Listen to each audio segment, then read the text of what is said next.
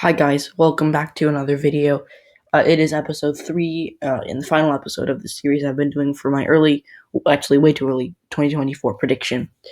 In the Democratic primary, if you recall, Andrew Cuomo defeated Alexandria Ocasio-Cortez, Stacey Abrams, and Joe Kennedy. In the Republican primary, Nikki Haley defeated barely Josh Hawley, and Mike Pence and Tom Cotton finished distant third and fourths. So yeah, again, I mentioned this before, but PV Politics is is doing the same thing that I'm doing. He posted his final prediction yesterday, so after you watch this, it would be great if you would go watch that. So let's get started. And characterize all the safe states, safe state. I said safe states, safe states for Cuomo. California, Oregon, Washington would be safe. So would Hawaii. New Mexico could be a little iffy. I'm gonna put it in safe because it's gonna be 2024. But I think Nikki Haley would appeal to a lot more voters in New Mexico than Donald Trump will. Minnesota would be safe, or not Minnesota. Illinois would be safe. I was looking at Minnesota and I said Minnesota. New York would be safe. Vermont obviously would be safe because Cuomo's from there. Massachusetts, Connecticut. Rhode Island, I forgot that. Maine at large in Maine's first congressional district. New Jersey, Delaware, Maryland, D.C., and I'm not going to do Virginia yet because Haley is from South Carolina, which has Southern appeal. For Haley, certainly Utah could be a little bit iffy because Utah is trending to the left, and before you say that's biased, first of all, Salt Lake City is the fastest growing city in the U.S., and urban areas always mean good news for the Democrats.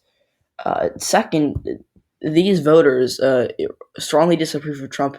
His approval is tanking there, and these voters in Utah are very interesting. I'm not going to say it's going to go blue anytime soon, but it's an interesting state to watch in the future. Montana would be safe. I know that maybe in a best case scenario for the Democrats, it's likely a lean state, but that's not the case. Nebraska is safe except for that one congressional district.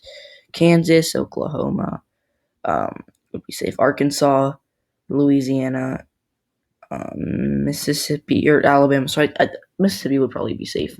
With Nikki Haley, she'd win by 12 plus points. Kentucky, West Virginia, and South Carolina would probably be safe. I know that it is trending to the left, but it would still be safe. I'm not going to take a running mate into consideration, so I'm not going to give Indiana and Missouri to her by a safe margin. But yeah, that's essentially the safe states. Sorry, I forgot about Alaska. So now Andrew Cuomo, he'd probably win Colorado and Nevada, but by likely margin. Now I do like to do Nevada by a lean, because it's going to be somewhat close in 2020. Now it's not going to be as close as say Wisconsin or Florida or North Carolina, but it's going to be pretty close. And I think Trump's going to lose within like 4 or 5 points. Cuomo will probably expand that lead because he has more appeal to those voters than Biden does, so he'll probably win it by 7 to 9 points. Still single digits, but high single digits. Colorado is just going to be, it could be safe, I guess, but I mean, maybe Haley could maybe make it like a 10-point loss there, which would be likely. Minnesota, no, North Dakota is far from a likely red state.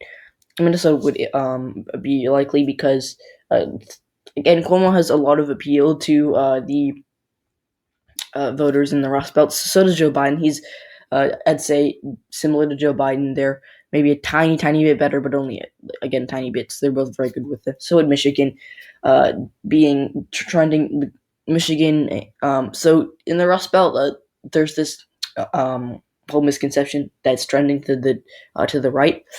No, I say Michigan and Wisconsin are trending to the left. Ohio, Indiana, and Iowa are for sure trending to the right. Pennsylvania is, I think, trending a little bit to the right, not super to the right though.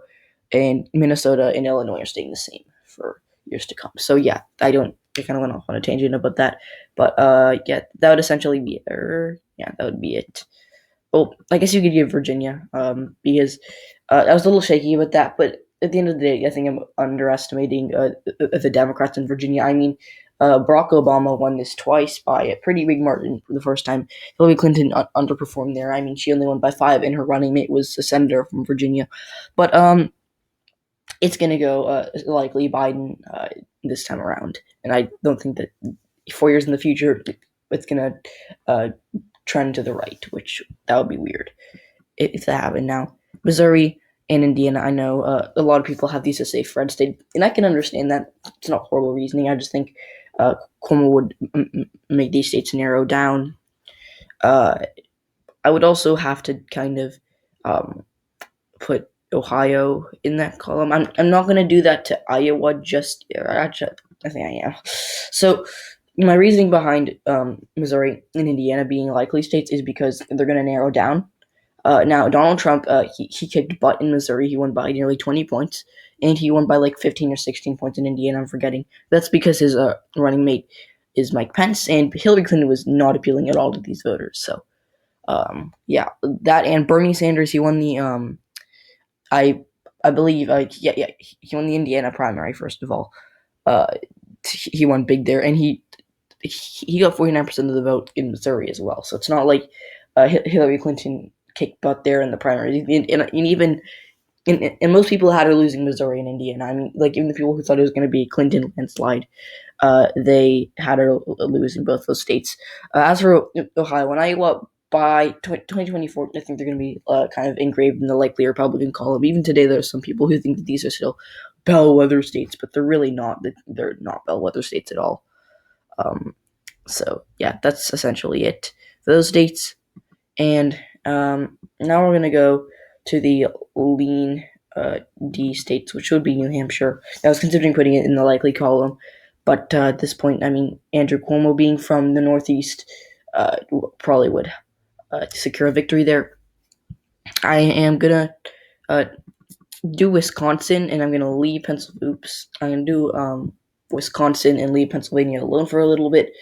Um, but yeah, so my reasoning uh, behind Wisconsin being likely or lean Democratic, it just I mean at this point it's not trending to the right. I do think that it is not it I think the Democrats took it for granted. I mean, like, I can understand why because like they ran an environmentalist in 20 years ago named Al Gore. Yeah, I remember him. He should have won the election, and he won Wisconsin. Now he won Wisconsin by a tilt margin actually, but no one really took that. All they want to talk about is how he lost Florida by a couple hundred votes, and he actually would have won Florida had they not canceled the recount. And as for 2004, John Kerry, he was a guy from Massachusetts who they ran. He won Wisconsin by I think a lean margin, like 3 points or 4 points. Uh, so yeah, I mean, and then Obama he won there by the safe margin 2008, but he won a ton of states by safe margins that are not safe. Like 2012, it narrowed down, but he won it by I think a likely margin. Even though Paul Ryan, who was Mitt Romney's running mate, he was a congressman from Wisconsin, which really uh, I didn't watch the election. I was pretty young back then, but I did. If I had been as into politics as I am now, then I would have been like, okay, Wisconsin's definitely going to go blue in 2016, and I did have it going blue by a tilt margin, but uh, that's it's just interesting because I guess the Democrats took it for granted, but no, it's not trending the right, and in 2024, I don't see it flipping, especially with someone who's not from the Rust Belt. Like maybe if you run I don't know. Ron Johnson is retiring, and out Scott Walker. He's done with politics. But if you maybe run someone like a popular governor of Wisconsin, um, like maybe you can just, I guess, maybe they could win. I'm not sure. Uh, but Haley is not the candidate to win Wisconsin. However, she is the candidate to win states like Georgia and North Carolina. Because I'm not taking running mates into account here, but realistically, she would win both those states. Now, Georgia, and I have a lot of trouble doing this because by 2024, I think North Carolina is going to be a lean Democratic state when Georgia's going to be a pure toss-up, which is good news for the Democrats and horrible news for the Republicans. However, Nikki Haley, being literally sandwiched between these two states, could probably win those.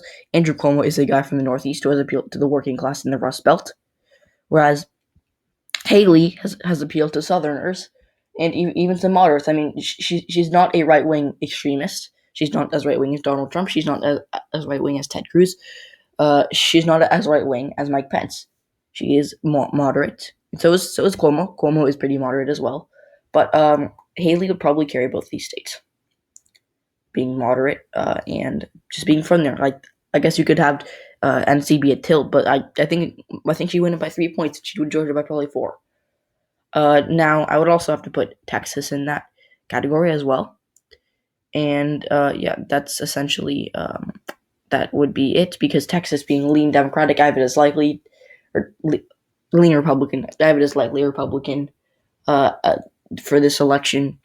It could narrow down to lean. I just don't see it happening. So yeah, and Texas, it's just it'll narrow down by 2024, but Haley would win it. I mean, being from the South, it only helps her there, and Cuomo could make it competitive, but no, it's not going to flip in 2024. Maybe in 2026, or maybe I think Ted Cruz in 2024 in his Senate bid, he could lose to, if they run like a Castro, or if Beto O'Rourke runs in somehow doesn't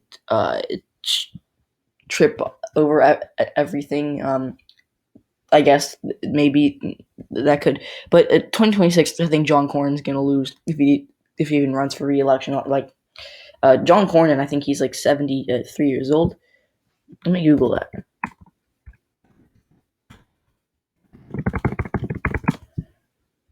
Wait, 68. All right, so he could run for a second term or another term in the Senate. I mean, because if he's re-elected, he'll be maybe 74, 75. Yeah, I don't know, maybe, but he'll probably lose in 2026. In Texas, it's probably going to be a pure toss-up, or even a tilt Democratic state by 2028. So now, tilt Democratic states. First, I'm going to talk about Maine 2nd Congressional District. Now, this is trending to the right, and I could see it easily flipping red, even with the Cuomo versus Haley matchup. However, as of right now, Andrew Cuomo is the governor of New York, and he's from the Northeast. I think that would just help him win that one electoral vote. Same with New Hampshire. Pennsylvania, I wasn't going to touch that, but it's a tilt state because it is trending to the right a little bit. But I mean, 2018 kind of 2018 was a good year for the Democrats in Pennsylvania, because they won a gubernatorial seat and a Senate seat there by double digits each.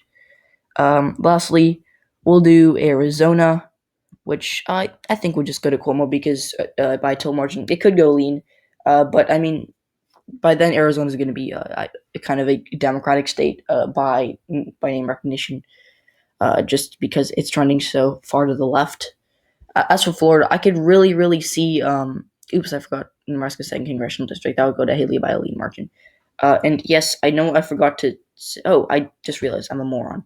I forgot to do the 2024 template, so I'm just going to fill that in after this.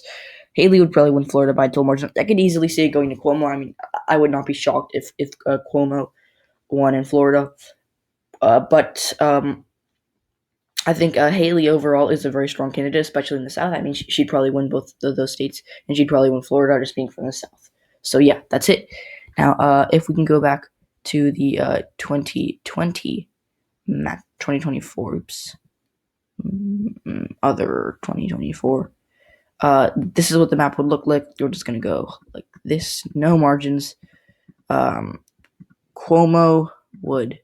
Now, the Rust Belt is going to lose electoral votes. It's going to narrow down this margin a little bit, but it's going to overall it'll still result in a Cuomo win. And I have it being more narrow. Oh, well, that narrowed it down a ton. That took, like 20 electoral votes? Oh, I forgot. So, oh yeah, there we go. That's it. So, yeah, that did narrow it down a ton. And I could easily see... oops, not Michigan. Yeah, so Cuomo would win. That is my takeaway. With all this stuff going on, North Carolina gains in electoral votes, Florida gains 2. So yeah, that's what it would look like. Not, I could easily see a Florida going blue, and it would look like that. It would be pretty lopsided for Cuomo, so because Florida has so many electoral votes now. But I think Haley, being from the South, would win it, being a moderate. So yeah, that's my video. Thanks for watching, and be sure to check out PV Politics channel. If you are subscribed, thank you. You're awesome. And if you're not subscribed, then please hit the button. It would help me a lot. Thanks. Bye.